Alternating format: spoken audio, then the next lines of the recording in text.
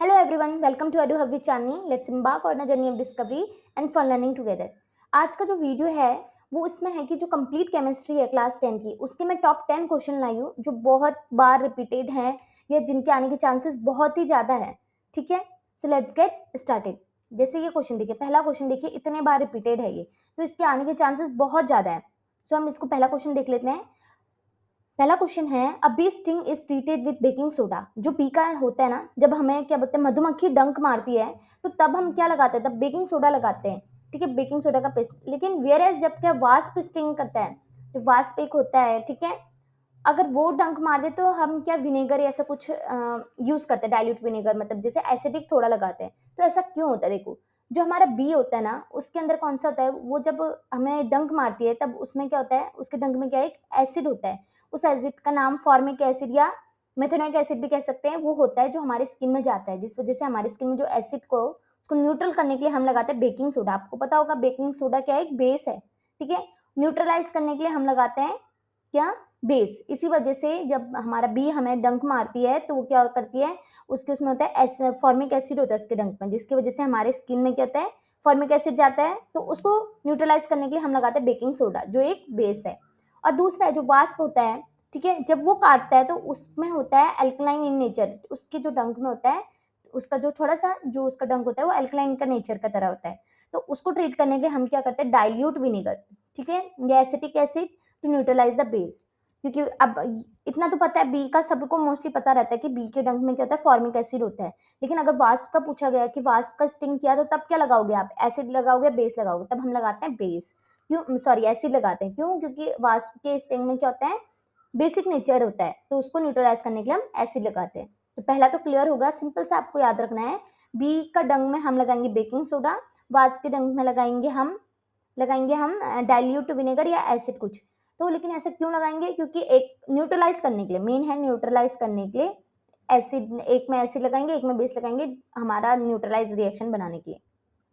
Now अब हम B वाला देखते हैं. बी वाला है, farmers treat soil with a quick lime with tilling. Tilling मतलब क्या होता है, जुताई के टाइम पे वो क्या यूज करते हैं, जब जुताई करते हैं ना बैल वाला या ट्रैक्टर से खेत को वो कर रहे हैं, तो उसमें क्विक लाइम का यूज क्यों करते हैं? आपको पता होना चाहिए क्विक लाइम क्या है. उसको बोला जाता है कैल्शियम ऑक्साइड. ये एक बेसिक नेचर का होता है. ठीक है, क्यों करेंगे, अगर बेसिक नेचर है तो क्यों कर रहे हैं ये, सॉइल में ऐड क्यों कर रहे हैं, क्योंकि सॉइल का नेचर एसिड हो रहा होगा, तो उसको न्यूट्रलाइज करने के लिए बेस मिला रहे हैं. तो सबसे ये है मेन कि क्यों डालते हैं, क्योंकि न्यूट्रलाइज करने के लिए, जो एसिडिक सॉइल है उसको न्यूट्रलाइज करने के लिए. सॉइल एसिड क्यों जाती है, ज़्यादा ही उसमें इंक्रीज, ज़्यादा क्रॉप लगाने से, ठीक है, ज़्यादा ही उसमें फर्टिलाइजर यूज़ करने से थोड़ा हमारा सॉइल क्या होता है, एसिडिक नेचर का जब हो जाता है तब फार्मर क्या यूज़ करते हैं, क्विक लाइम यूज़ करते हैं, कैल्शियम ऑक्साइड, जिससे क्या सॉइल क्या है, उस सॉइल का जो न्यूट्रलाइज रहे, ना ही एसिड हो ना ही बेस नेचर पे हो. ठीक है, बहुत सिंपल क्वेश्चन है लेकिन बहुत बार पूछा गया है. आपको पता होगा जैसे ताजमहल हो गया, ये सब हो गया, वो क्या होता है उसमें जब ज़्यादा ही आप देखो पीला कलर होने लग गया है, वो क्यों होता है? आपको पता होगा एसिड रेन की वजह से. एसिड रेन क्यों होती है? क्योंकि हमारे क्या इन्वायरमेंट में, हमारे क्या एटमोसफेयर में क्या हो रहा है, ज़्यादा ऐसी गैसेज हो रही है, जैसे NO2 हो गया, CO2. तो इनसे क्या हो रहा है, बहुत ज़्यादा पॉल्यूट हो रहे हैं, जिस वजह से हमारा रेन क्या हो रही है, एसिडिक रेन हो रही है. तो उस वजह से जितने भी मार्बल है उसमें ज़्यादा एसिड पड़ने लग गया है, एसिड रेन की वजह से. देखो क्वेश्चन क्या है, ancient sculpture and marble structures are conserved by treating them with certain chemicals. वो क्या केमिकल यूज करके जो हमारे मार्बल्स है, कोई भी स्ट्रक्चर है, जैसे ताजमहल ले लो, तो उनको कैसे ट्रीट किया जा रहा है, कौन सा सर्टेन केमिकल यूज करने के लिए? आपको पता होना चाहिए वो हो क्यों रहे हैं, क्योंकि एसिड रेन से हो रहे हैं. तो एसिडिक रेन से हो रहा है तो उसमें क्या मिलाएंगे हम, क्या ऐसे केमिकल मिलाएंगे जिससे वो पी लेना पड़े, ठीक है, वो खराब ना हो. एसिड हो रहा है तो हम बेस मिलाएंगे ना, तो ऐसा केमिकल जो बेसिक फॉर्म में है वो हम यूज करेंगे. तो देखिए, जो एंशियंट स्कल्पचर होता है या मार्बल स्ट्रक्चर है, damage by acidic pollutant and acidic rain. Acidic rain से हो रहे हैं वो खराब, और एसिड के इतना ज़्यादा पॉल्यूशन हो रहा है. They are conserve by treating with them a basic chemical. क्या होना चाहिए वो, कैल्शियम हाइड्रोक्साइड. कैल्शियम हाइड्रोक्साइड ऐसा है जो सर्टेन केमिकल जो बोला जाएगा वो है कैल्शियम हाइड्रोक्साइड. ये एक बेसिक नेचर का होगा. ये क्यों यूज किया जाएगा, neutralize the acid and prevent further corrosion. ठीक है, अब देखते हैं. अब ये जो हमारा सेकंड क्वेश्चन है, आप देखिए ये जो सेकंड क्वेश्चन भी ए और बी पॉइंट में है, ये हमारे कितने बार पूछा गया है अभी. ठीक है, अब इसमें है जो इथाइन है, वो ये क्वेश्चन, पहला क्वेश्चन क्या बोल, जो इथाइन है वो यूज हो रहा है वेल्डिंग के लिए, but not ethyne plus air. Ethyne का यूज कर रहे हैं लेकिन इथाइन प्लस एयर का यूज नहीं कर रहे हैं. इसमें हम इथाइन प्लस ऑक्सीजन लिख सकते हैं या कुछ भी, जब ऑक्सीजन के साथ हो रहा है बट एयर के साथ नहीं हो रहा है, ऐसा क्यों है? देखो, आपको पता होना चाहिए, जब भी आप वेल्डिंग कर रहे हो किसी भी चीज़ की, मान लीजिए ये कुछ लोहा है, इसकी वेल्डिंग कर रहे हो, तो इसमें इतना ज़्यादा हीट प्रोड्यूस होता है, इतना ज़्यादा हाई टेम्परेचर होता है, जिसमें वो क्या करते हैं, वेल्डिंग करने में मदद करता है। लेकिन जब ये क्या हो रहा है, हम क्या करेंगे, इथाइन है, इथाइन को जब हम ऑक्सीजन के साथ करेंगे, ऑक्सीजन के साथ जब हम क्या कर रहे हैं, इसका वेल्डिंग कर रहे हैं, तो ये क्या प्रोड्यूस कर रहा है, वेरी हाई टेम्परेचर, बहुत ही ज़्यादा हाई टेम्परेचर में ये क्या करेगा, वेल्डिंग करेगा। लेकिन जब हम ये इथाइन को क्या कर रहे हैं, एयर के साथ कर रहे हैं, आपको पता है एयर में भी ऑक्सीजन है, तो क्यों नहीं, तो हो सकता है वेल्डिंग भी ना। लेकिन जो आपको पता होना चाहिए, एयर में क्या है, मिक्सचर ऑफ गैसेज है, इसमें नाइट्रोजन है, ऑक्सीजन है। तो देखो, नाइट्रोजन जो गैस होती है ना, वो उतनी ज़्यादा नहीं होती है, मतलब वो हीट को ऑब्जर्व कर लेती है, तो इस वजह से क्या है, हमारे हमारे एटमॉस्फेयर में, एयर में क्या 21% ही हमारा क्या है, ऑक्सीजन है। 21% ही हमारा ऑक्सीजन है। अब ये 21% से इतना ज़्यादा तो नहीं हीट प्रोड्यूस होगी ना जिससे वेल्डिंग हो पाए। जो ऑक्सीजन है, प्योर ऑक्सीजन नहीं दिखेगा। Ethane use to welding with oxygen because ethane oxygen flame produce a very high temperature. क्यों? ऑक्सीजन के साथ बहुत ही हाई टेम्परेचर मिलता है, लेकिन mixture of ethyne and air produce a sooty. कौन सा प्रोड्यूस करेगा? सॉटी और low temperature flame which is low temperature flame which is not suitable for welding, जो सुटेबल नहीं है वेल्डिंग के लिए। ठीक है, ये है हमारा ये हमारा दूसरा क्वेश्चन हो गया।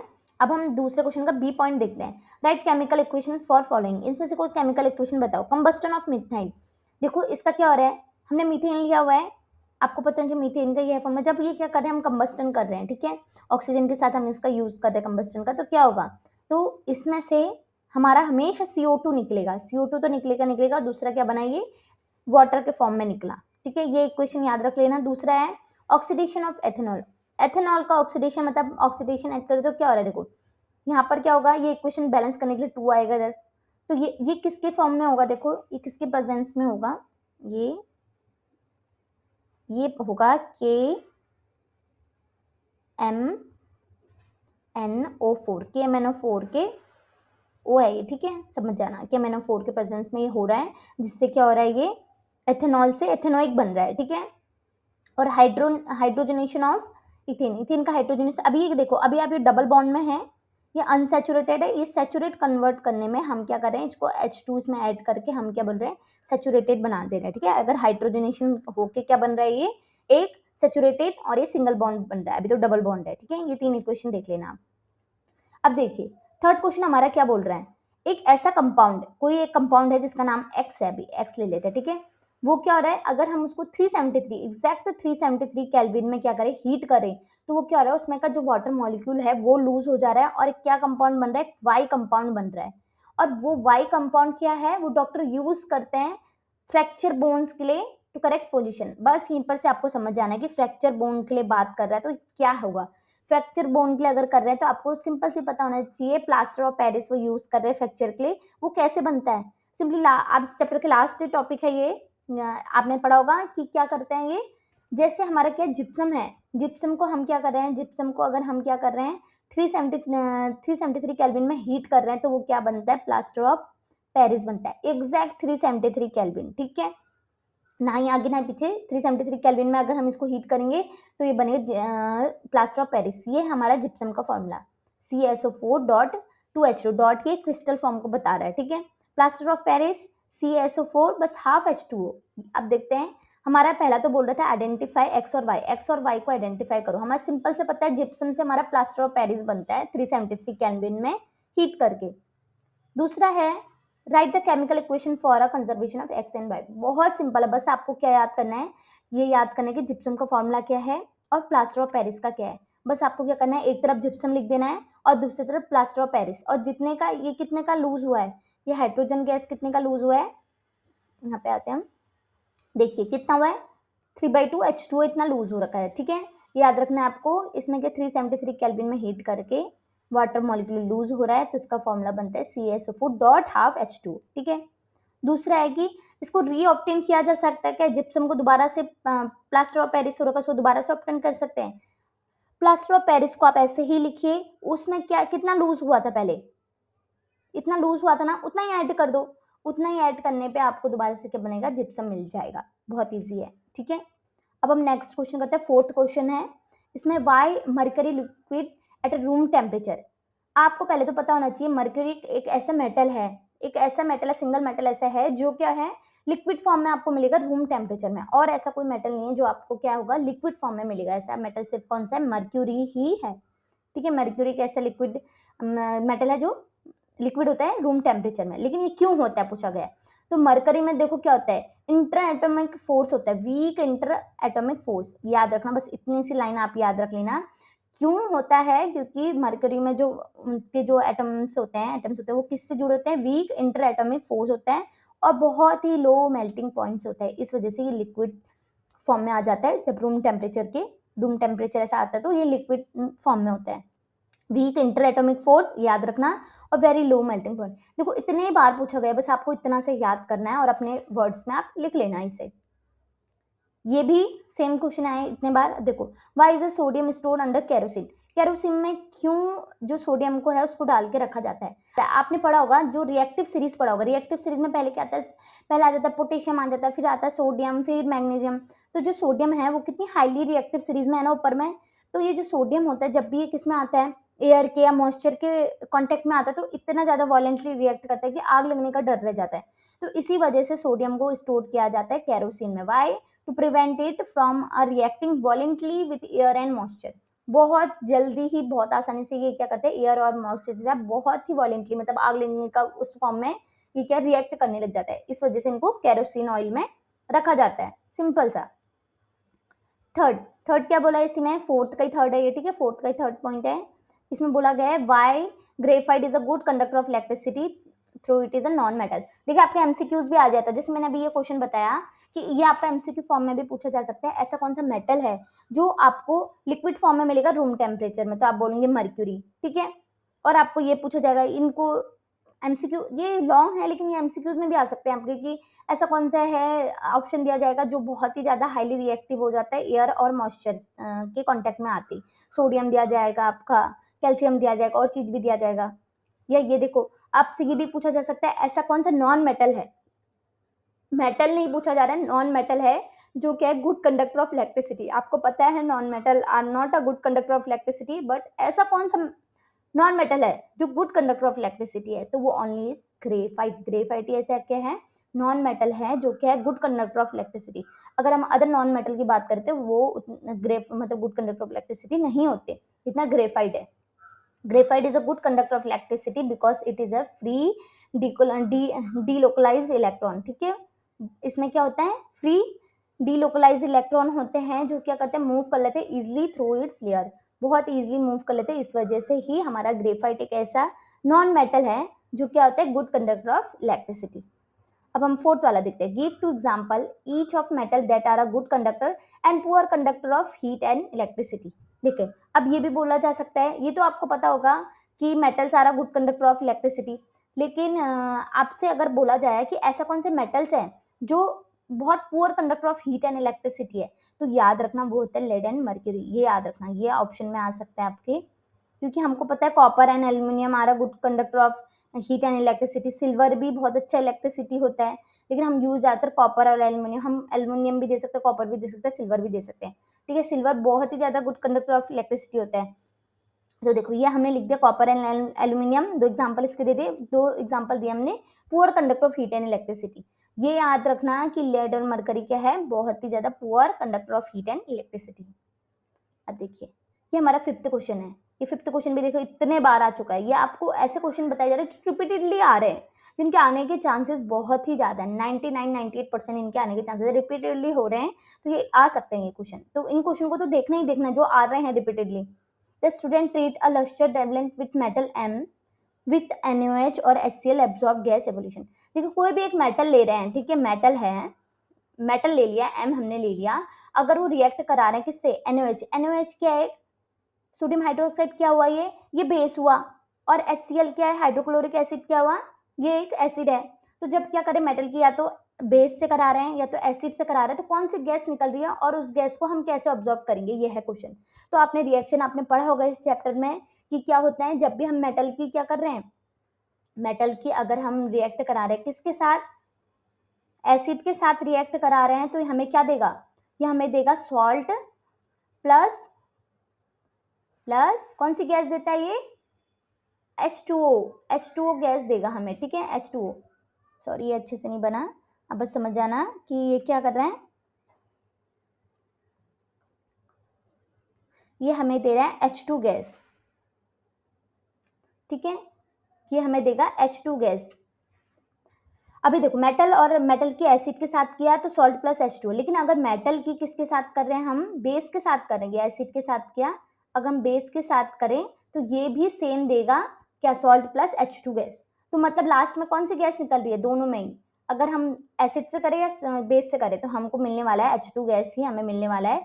तो हमको पता होना चाहिए हमें कौन सी गैस मिल रही है। पहला क्वेश्चन में identify the gas evolve and how would you test it, कौन सा गैस होगा आप बताइए, और उसको कैसे टेस्ट करोगे। आपको पता है मेटल की अगर एसिड से हो रही है बेस से हो रही है तो कौन सा गैस देगा, वो H2 गैस देगा, हाइड्रोजन गैस देगा, आप लिख दोगे कि हाइड्रोजन गैस देगा। वो उसको टेस्ट कैसे करोगे, बहुत ही इजी, पॉप साउंड याद रखना कि जब भी क्या करोगे आप उसके आगे मैच स्टिक लगाओगे, आग लगाने की कोशिश करोगे इस गैस के सामने, तो जब वो बर्न होगा तो एक पॉप साउंड करके आपको देगा। अगर पॉप साउंड आ रही है, आपको पॉप करके एक साउंड आएगी, अगर वो आ रही है तो कंफर्म वो क्या है, एक हाइड्रोजन गैस है। तो देखिए right equation for both reaction, एक इक्वेशन बना दिए बोथ रिएक्शन से, मतलब एक कोई भी एक मेटल लो और उसकी रिएक्ट कराओ किससे, सोडियम हाइड्रोक्साइड से कराओ, बेस से कराओ, और एक बार एसिड से कराओ, वो दो इक्वेशन लिखो बोला है। तो पहली इक्वेशन हम क्या करा रहे हैं, हाइड्रोक्लोरिक एसिड से करा रहे हैं, ठीक है, हाइड्रोक्लोरिक एसिड से करा रहे हैं, HCl से करा रहे हैं हम, इसकी जिंक के लिए हमने मेटल। इसकी जब कराएंगे ये तो क्या देगा, हमें सॉल्ट दिया, ZnCl2 सॉल्ट हुआ, और गैस कौन सी दी, H2 गैस। वैसे ही सोडियम हाइड्रोक्साइड क्या हुआ, एक बेस हुआ, हमने अभी देखा। तो जब इसके साथ करेंगे कि आप देख लेना इक्वेशन पूरी बैलेंस कर रखी है, तब ये भी हमें सॉल्ट के फॉर्म में, और कौन सी गैस दे रहा है, H2 गैस दे रहा है, ठीक है, इसमें मेटल हमने जिंक लिया हुआ है। नाउ हमारा 6th क्वेश्चन देखो, 6th क्वेश्चन क्या है, what happen when a baking soda is heated, right the balance chemical equation. अगर जब हमारा क्या है, बेकिंग सोडा हीट हो रहा है तो एक केमिकल, पहले तो क्या होगा और उसको एक बैलेंस केमिकल इक्वेशन में कन्वर्ट करो, ठीक है, पहला ये है। तो देखो ऑन हीटिंग बेकिंग सोडा, अब पहले तो आपको बेकिंग सोडा का फॉर्मूला पता होना चाहिए, NaHCO3, ये आप याद रखना कि ये बेकिंग सोडा का वो है, बेकिंग सोडा हो गया, वॉशिंग सोडा हो गया, ठीक है, हमारे ये सारी चीजें आपको याद रखने हैं। On heating baking soda decompose to form a sodium carbonate, ठीक है, और कार्बन डाइऑक्साइड प्लस वाटर, क्या देगा, क्या होगा बोला, जब भी ये क्या करेंगे बेकिंग सोडा को हीट किया जाएगा, हीट किया करने पे वो क्या देगा, सोडियम कार्बोनेट, ये हमको देगा sodium carbonate plus carbon dioxide plus water, ये हमको देगा, ठीक है, याद रखना, ये इक्वेशन याद रखना कि बेकिंग सोडा को अगर हम हीट करें तो क्या होगा, ये हमको देगा सोडियम कार्बोनेट प्लस वाटर, ये इक्वेशन भी याद रखना, ठीक है। नेक्स्ट है why is the baking soda use to fire extinguisher, तो देखो क्यों यूज किया जाता है, ठीक है, देखो baking soda produce carbon dioxide on heating, जब भी ये क्या हो रहा है, ये बेकिंग सोडा का अगर हम प्रोड्यूस कर रहे हैं तो क्या करता है, बहुत ज्यादा कार्बन डाइऑक्साइड दे रहा है, देख रहे हैं ना आपने, हाँ देखा, हीट करने पे क्या कर रहा है, कार्बन डाइऑक्साइड मिल रहा है बहुत ज्यादा, क्या करते हैं देखो, फिर आपको पता है कोई भी आग जल रही है उसके लिए क्या जरूरत है, उसके लिए सबसे ज्यादा जरूरत होती है ऑक्सीजन, ऑक्सीजन होगी तो ही तो जलेगा ना, अगर ऑक्सीजन ही नहीं होगा तो नहीं जलेगा। तो कार्बन डाइऑक्साइड क्या कर रहा है, जब मिल रहा है तो ऑक्सीजन कम हो जाएगा, कार्बन डाइऑक्साइड से तो क्या होगा, वो आग कम होगी, does not support combustion and help extinguishing fire. अब देखिए, अब हम तीसरा देख लेते हैं इसी का ही, 6th का 3rd है ये, right the chemical name and formula of washing soda, how is washing soda prepared for baking soda, मतलब हमारे केमिकल नेम बताओ बोला वॉशिंग सोडा का, और क्या पूछा, ये कैसे प्रिपेयर्ड होता है फ्रॉम अ बेकिंग सोडा से। पहले तो जो इसका केमिकल नेम होता है आपको पता होना चाहिए, सोडियम कार्बोनेट डिकाहाइड्रेट, डिकाहाइड्रेट क्यों बोला जाता है, क्योंकि 10H2O मतलब क्रिस्टल फॉर्म में रहता है, डॉट 10H2O, ऐसे मत लिख देना आप Na2CO3 10H2O नहीं, इसमें डॉट लगाना जरूर, ठीक है, ये है इसका फॉर्मूला, याद रख लेना, ये बहुत इंपॉर्टेंट है, ठीक है। अब ये प्रिपेयर कैसे होता है, देखो बेकिंग सोडा, पहले तो हमें बेकिंग सोडा लेना है, फर्स्ट हीटेड टू फॉर्म, पहले तो हमें पता है कि बेकिंग सोडा से सोडियम कार्बोनेट निकलता है, पहले हम सोडियम कार्बोनेट बनाते हैं, फिर हम डेकाहाइड्रेट बनाएंगे। अभी हमने पढ़ा था बेकिंग सोडा के बारे में, बेकिंग सोडा का फॉर्मूला हमने पढ़ा था NaHCO3, यहाँ पढ़ा था ना हमने NaHCO3, ठीक है। जब इसको हीट करने पे, हमने पूरी रिएक्शन पढ़ी है अभी, हीट करने पे क्या बन रहा है, सोडियम कार्बोनेट दे रहा है और CO2 प्लस H2, ये हमने तो देख लिया अभी रिएक्शन में। लेकिन देखो इसी का जब ये जो सोडियम कार्बोनेट मिल जाता है हमें, इसी सोडियम कार्बोनेट में हम क्या करें, 10H2O जोड़ दे तो क्या मिल जाएगा हमें, तो हमें मिल जाएगा वॉशिंग सोडा। देखो सिंपल से हमारा क्या था, बेकिंग सोडा में हमारा 10H2O को जोड़ देना, सोडियम कार्बोनेट में हमारा 10H2O जोड़ देना है। और सोडियम कार्बोनेट कैसे मिल रहा था, हमारा बेकिंग सोडा को हीट करने पे हमें मिल रहा था sodium carbonate plus CO2 plus H2O, उसमें 10H2O और ऐड कर दो तो क्या मिल जाएगा हमें, वॉशिंग सोडा। बहुत सिंपल है, इस इक्वेशन को याद रख लेना, वॉशिंग सोडा बेकिंग सोडा है सब। State of two use of washing soda. अब वॉशिंग सोडा का यूज बताओ बोला। पहली चीज तो ये यूज होता है cleaning agent in household में यूज होता है, याद रखना। दूसरा यूज होता है सॉफ्ट एंड हार्ड वाटर को सॉफ्ट करने में इसका यूज होता है। तो ये है टोटल हमारे 6 क्वेश्चन। अब हम आगे देते हैं 7th क्वेश्चन। अब देखिए हमारा 7th क्वेश्चन क्या है। 7th क्वेश्चन हमारा पूछा जा रहा है, अगर कोई जूस है, टमाटो जूस है, ठीक है, और उसका पीएच लेवल कितना है, 4.6 है, तो ये जूस का टेस्ट कैसा होगा। अगर उसका पीएच लेवल 4.6 है तो उस जूस का टेस्ट क्यों होगा, मतलब क्या होगा, और उस आंसर को जस्टिफाई करो।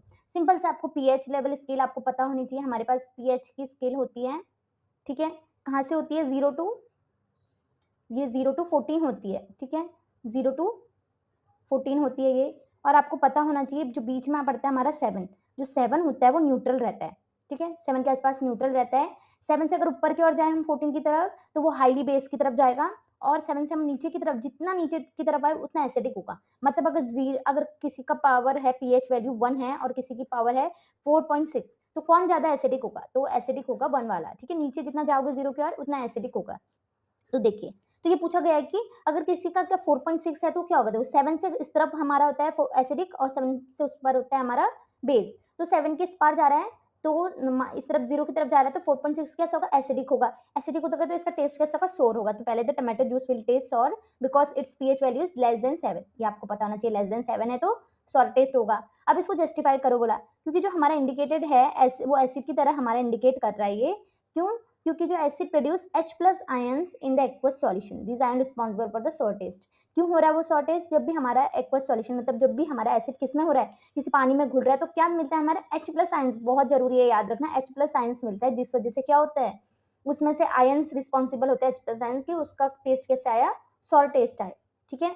अब हम दूसरा क्वेश्चन देख लेते हैं 7th का। How do we differentiate between a strong acid and weak base in term of ion formation aqueous solution. अगर हम पानी में मिलाए किसी स्ट्रॉन्ग एसिड को और वीक बेस को तो क्या आपको मिलेगा। तो देखो सिंपल से आपको मिलेगा large number of H plus ions. कब मिलेगा, जब आप एसिड को, एक स्ट्रॉन्ग एसिड को पानी में घोलोगे तो H प्लस आयंस बहुत ज्यादा आपको मिलेंगे। Completely ionised in aqueous solution produce H plus ion, large number पे H प्लस आयंस आपको मिलेंगे स्ट्रॉन्ग एसिड में अगर आप पानी में घोलोगे। और वीक में, अगर वीक है तो उसमें बहुत ही कम OH माइनस आयंस। याद रखना, एसिड जब घुलता है वो देता है हमें H प्लस आयंस और हमारा बेस देता है OH नेगेटिव आयंस, याद रखना, ठीक है। ये एक्वस सॉल्यूशंस में प्रोड्यूस करता है फ्यूअर OH नेगेटिव आयंस और ये ज्यादा करता है। ये सिंपल सा, इसको बस ये 2 पॉइंट याद रखना। अब देखो ये बोला गया है कि जब एसिड रेन होता है तो जो एनिमल्स रहते हैं, कहाँ, एक्वेटिक एनिमल्स, मतलब जो पानी के अंदर रहते हैं, उनके लिए डिफिकल्ट क्यों हो जाता है सर्वाइव करना। तो देखिए हमने अभी थोड़ी देर पहले पढ़ा था, एसिड रेन की वजह से क्या हो रहा है, जो हमारा रेन है वो बहुत एसिडिक हो रही है, ठीक है, पॉल्यूशन ये सब के कारण हमारे जो रेन है बहुत एसिडिक हो रही है। अगर रेन एसिड होगी तो जब वो वाटर में मिलेगी, हमारा समुद्र में या रिवर में कहीं पर भी हमारा मिल रही है, तो वो और ज्यादा क्या होगा हमारा बॉडी को, और जो रेन है हमारा, उससे क्या होगा, जो हमारा रिवर है ये सब है, उनका पीएच लेवल नीचे गिरेगा, वो और एसिड होंगे, तो लोअरिंग देयर पीएच लेवल, मतलब 7 से और नीचे की तरफ जाते रहेंगे एसिड रेन के कारण। तो ज्यादा ही हमारा पानी का जो है वो अगर एसिड हो गया तो एनिमल्स को कितना डिफिकल्ट होगा सर्वाइव करने के लिए, ज्यादा ही हाईली एसिडिटी में रहने के लिए उनको डिफिकल्ट होगा, रेस्पिरेशन में होगा, रिप्रोडक्शन में उनको बहुत डिफिकल्ट होगा, मेकिंग सर्वाइव डिफिकल्ट। तभी हमारा जो एसिड रेन का कारण सिर्फ हमारा ये नहीं कि हमारा कोई मॉन्यूमेंट्स या स्ट्रक्चर हमारा खराब हो रहा है, उससे हमारा एक्वेटिक लाइफ भी बहुत ही ज्यादा खराब हो रही है, क्योंकि रेन का पीएच लेवल नीचे जा रहा है एसिड रेन का, तो उस वजह से जो रेन की बॉडी है, मतलब जो वाटर बॉडी है, उसका भी पीएच लेवल नीचे जाता है। अब देखिए, अब हमारा 8th क्वेश्चन है, why should the pH of drinking water be maintain between 6.5 to 8.5। बहुत इजी है, हमने पता है कि हमारा ड्रिंकिंग वाटर 6.5 to 8.5 के बीच में ही होना चाहिए, ना ही उससे ज्यादा ना ही उससे कम। क्यों, क्योंकि हमने अभी पढ़ा 0 to कितना होता है 14 हमारा पीएच स्केल रहता है और 7 हमारा न्यूट्रल रहता है, ठीक है, 7 के आसपास हमारा न्यूट्रल रहता है। तो 6.5 यहाँ से 6.5 to 8.5 इतने तक की हमारा क्या होना चाहिए बोला, पानी का लेवल होना चाहिए। इससे ज्यादा कम और ज्यादा होने से क्या होगा, वो हमारे लिए हार्मफुल होगा, ज्यादा एसिडिक हमारे लिए हार्मफुल होगा और ज्यादा बेस भी हमारे लिए हार्मफुल होगा। तो देखिए 6 because there water outside the range can be harmful to the health के लिए हार्मफुल होगा, highly acid highly base can cause irritation of digestive system and it's unsafe for drinking. तभी हमारा क्या होना चाहिए, 6.5 to 8.5 के बीच में ही हमारा ड्रिंकिंग वाटर का वो होना चाहिए। अब देखिए इसी का हमारा कौन सा बी पॉइंट है, how does the pH of acidic change the dilution, मतलब जब हमारा पानी में मिलाने से हमारा एसिड का क्या चेंज होगा। आपको पता है अगर पानी में मिलाने से क्या होगा, H प्लस आयंस बहुत निकलेंगे, H प्लस आयंस निकलेंगे तो जो एसिड होगा उसका पीएच लेवल क्या होगा, इंक्रीज हो जाएगा। तो on dilute on acid its pH increase because the concentration of H plus ions, H plus ions decrease due to the addition of water. जितना हम वाटर ऐड करते रहेंगे तो देखिए हमारा ये जैसे हमारा 0 है, 0 to 7 है, ठीक है। बोला गया अगर पानी मिला दिया इस एसिड में, ये अगर आप देखो आप जूस पी रहे हो कोई बहुत ज्यादा खट्टा है, उसमें आप ऐसे नहीं पी पाते, लेकिन आप वाटर मिला देते हो तो कितना आपको ऐसा लगता है कि हाँ आप पी सकते हैं। हम एकदम से नींबू है उसको एकदम निचोड़ के ऐसे टेस्ट करो तो आप नहीं, उसका नींबू का जूस, एकदम नींबू का जूस आप पीने में आपको बहुत ज्यादा वो लगेगा कि बहुत ज्यादा खट्टा लग रहा है। अभी उसी नींबू को आप पानी में मिला लो, ठीक है, उसी नींबू जूस में आप पानी मिला लो तो आपको पीने में बहुत अच्छा लगेगा। क्यों? क्योंकि उससे क्या हो रहा है, जो उसमें H प्लस आयंस बने थे वो डिक्रीज हो जाएंगे और पीएच लेवल इंक्रीज, मतलब जैसे मान लीजिए जूस है आपका, उसका पीएच लेवल 1 है, मान लीजिए, ठीक है, मान लीजिए 1 है, आप इतना खट्टा नहीं पी पा रहे तो आपने पानी ऐड करा तो उसका concentration of H plus ions क्या होगा, डिक्रीज हो गया। Concentration of H plus ions decrease हो गया तो पीएच लेवल इंक्रीज होगा, इंक्रीज मतलब इधर की ओर बढ़ेगा। मान लीजिए अब बन गया ये 5, अब बन गया 5, पानी मिलाने से अब बन गया 5, मतलब इंक्रीज हो रहा है, 1 से 5 की तरफ बढ़ रहा है, मतलब इंक्रीज हो रहा है। तो अब क्या करें, अब आप पी सकते हैं इसे, ठीक है। तो पानी मिलाने से क्या होता है, concentration of H plus ions कम हो जाएंगे और पीएच लेवल इंक्रीज हो जाएगा। बहुत सिंपल सा चीज है ये। अब ये पूछा गया है कि जो आपके माउथ में, सी वाले में, कि जो टूथ डिके होता है more common when pH of mouth falls below 5.5। अगर आपका जो माउथ है उसका जो क्या होता है, माउथ के अंदर का जो पीएच लेवल है 5.5 से कम हो गया तो कैसे उसका क्यों डिके, मतलब क्यों, मतलब वो होने लग जाता है, टूथ खराब होने लग जाते हैं हमारे। तो देखिए जब हमारा 5.5 है, यहाँ 5 था, यहाँ से और कम हो रहा है तो मतलब एसिड की तरफ जा रहा है। अब जब भी हमारे माउथ में एसिड ज्यादा बढ़ेगा तो हमारा बैक्टीरिया बढ़ेंगे और वो क्या करते हैं, इनेमल को, आपको पता है ना इनेमल हमारा टूथ क्लियर होती है, तो उसको क्या करते हैं, डिजोल्व करने लग जाते हैं और इसी से हमारा क्या हो जाता है, डीके पड़ने लग जाते हैं, हमारे खराब हो जाते हैं टूथ। तो देखिए अब ये इसका प्रिवेंशन के लिए भी हमारा हाउ टू प्रिवेंट, कैसे प्रिवेंट, आपको पहले तो टूथपेस्ट करना चाहिए। टूथपेस्ट में क्या होता है, बेस होता है, जिस वजह से आपका माउथ का न्यूट्रलाइज किया जाता है कि ज्यादा माउथ एसिड ना हो। Brushing teeth with a basic toothpaste, जिससे आपका माउथ क्या हो, माउथ में आपका न्यूट्रलाइजेशन रहे, मतलब ना ही एसिड हो ना ही base. The mouth after meal, मतलब जब भी आप खाना खाएं या कुछ भी करें तो एक बार वॉश जरूर कर लीजिए अपना माउथ, ठीक है। ये आपका हो गए। अब आते हैं हमारा नेक्स्ट 9th क्वेश्चन में, वाई डू एसिड, देखो बहुत बारी आ चुके हैं तभी ये क्वेश्चन ले रखे हैं तो बहुत ज्यादा इंपॉर्टेंट है ये। Why do acid not show acidic behaviour in dry state, ये आपसे पूछा भी जा सकता है कि ड्राई स्टेट में, एमसीक्यूज फॉर्म में भी आ सकते हैं ये क्वेश्चन, ठीक है, कि ड्राई स्टेट में आपका मतलब क्यों नहीं दिखाई देता है। जैसे आपने ले लिया, आपने वो ले लिया, एसिड ले लिया, एसिड का पाउडर ले लिया, जैसे आपका पाउडर आता है ना कभी कभी जिससे खट्टा खट्टा लगता है, तो ऐसे पाउडर आपने लिटमस पेपर में डाला तो क्या लिटमस पेपर वो चेंज होगा, एसिड है तो ब्लू टू रेड बनेगा। तो देखो वो नहीं बनेगा, क्यों नहीं बनेगा, जब तक हमारे पास क्या वाटर मॉलिक्यूल्स प्रेजेंट ना हो, या तो एसिड में वाटर मॉलिक्यूल प्रेजेंट होने चाहिए या जो हमारा टेस्ट हम कर रहे हैं उसमें प्रेजेंट होना चाहिए। अगर ड्राई लिटमस पेपर है तो उसमें हमारा कोई रिएक्शन नहीं होगा, अगर हमारा क्या एसिड भी ड्राई होगा। तो एक को तो हमारा क्या होना चाहिए, एक में तो वाटर मॉलिक्यूल्स प्रेजेंट होने ही चाहिए। तो इसका आंसर क्या है, देखो अगर क्या करें, acid do not show acidic behaviour in dry state, dry state में नहीं दिखाएगा वो acidic behaviour because they do not produce H plus ions. हमारे H प्लस आयन से ही हमें पता चलता है ना सॉल्ट टेस्ट है कुछ है। तो क्या होगा, जब तक उसमें वाटर मॉलिक्यूल्स ना जाए, without the presence of water, H plus ions कब तक प्रोड्यूस नहीं होंगे, जब तक उसमें प्रेजेंस ऑफ वाटर ना हो, वाटर मॉलिक्यूल्स होने चाहिए, water is necessary for ionization of acid. या तो आपका अगर लिटमस पेपर में टेस्ट किया जा रहा है तो लिटमस पेपर आपका वेट होना चाहिए, या तो एसिड ही, आप एसिड में ही वाटर मॉलिक्यूल्स चाहिए, तो वो किस फॉर्म में होती है, लिक्विड फॉर्म में, मतलब उसमें वाटर मॉलिक्यूल्स होना ही चाहिए हमारा कोई भी एसिडिक बिहेवियर दिखाने के लिए।